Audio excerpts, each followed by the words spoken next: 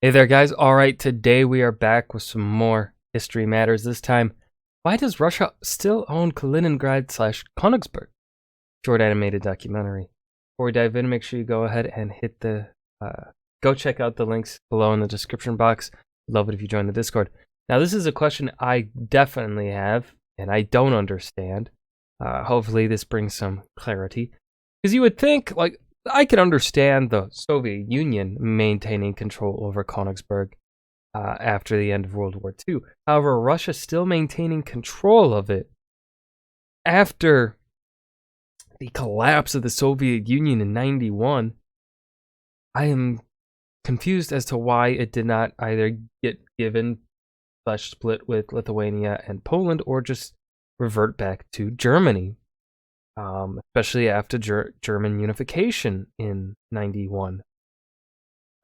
So let's see if we can get some answers to that. If you look at a modern map of Europe, you'll see a curious exclave along the Baltic Sea. This is Kaliningrad and has been a part of the Russian Federation since 1991. The more observant of you will have noticed that it isn't attached to Russia, which raises the question, why does Russia own Kaliningrad and how did it come to possess it? Well, first of all, the region, centered on a city of the same name, hasn't been known as Kaliningrad for very long, but prior to this was known as Königsberg. From the 13th century, it was a part of the lands of the Teutonic Order, and by the 16th century, Königsberg was the central part of the newly formed Duchy of Prussia, a puppet state of the Polish-Lithuanian Commonwealth. It wasn't long before Prussia broke free, and Königsberg was the site which saw the first king of Prussia crowned. Within a few centuries it had grown to this, and by the late 19th century it was the dominant force within the newly formed German Empire. As you'll be able to guess, Königsberg, whilst not the capital, held a special place within the German Empire as one of its cultural centres and the birthplace of its ruling dynasty. The point I'm trying to get at is, for about 6 centuries prior to this point, Königsberg and its surrounding area was primarily German, although you should note that there were sizable Polish and Lithuanian minorities there too. The status of this land didn't really change until the Second World War, although you should be aware that the 1919 Treaty of Versailles after the First World War saw Germany lose this territory in its ruling Prussian dynasty. As you'll notice, it did keep Königsberg itself, but this time as its own exclave known as Eastern Prussia. You'll also notice that it did lose this land to the newly formed Lithuania, which throughout the period of the Weimar Republic was a hotbed of support for the growing National Socialist movement, which soon saw a certain Adolf Hitler running the show.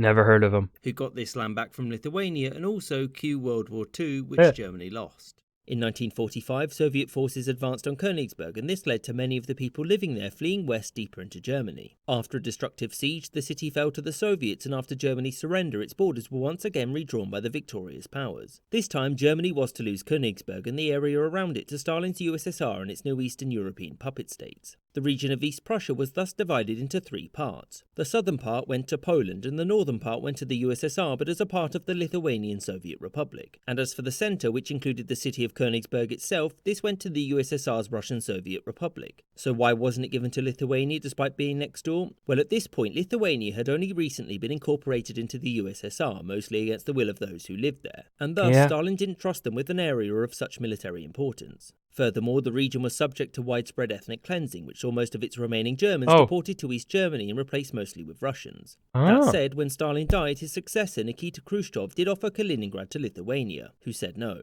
Why? Because the people there weren't Lithuanian, and its leaders felt that incorporating so many Russians into its territory would cause long-term issues. Thus, Kaliningrad would remain a part of the Russian Soviet Republic throughout the lifespan of the USSR until its collapse in 1991. This marked a point in which the status of the area could have changed. Lithuania still wasn't interested in Kaliningrad for the same reasons as before, and this view was shared by Poland. That left Germany, which had a long-standing historical claim to the area. So why didn't they get it? First of all, it was because the Russian Federation inherited the lands of the Russian Soviet Republic, and also because Germany didn't want it. During the process of reunification, the West German Chancellor Helmut Kohl didn't push to regain the exclave. His first priority was the reunification of East and West, and he felt that trying to force the issue of Kaliningrad would upset the global powers he was trying to negotiate with. Britain and France were already wary of a reunified Germany, and to give it extra land was, to them, a cause for yet more concern. And so, Germany never Understandable. tried to reclaim Königsberg, which was barely even German anymore. And for Russia, Kaliningrad was just as Russian as any other bit of it, and so why would they even contemplate letting it go?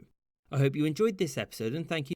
You know, that makes a lot of sense. Specifically, what really seals the deal on why Russia still owns Kaliningrad would be the fact that, well, not many Germans live there anymore. And if it truly is as how said here that more Russians live there than any other ethnicity, then it's Russian.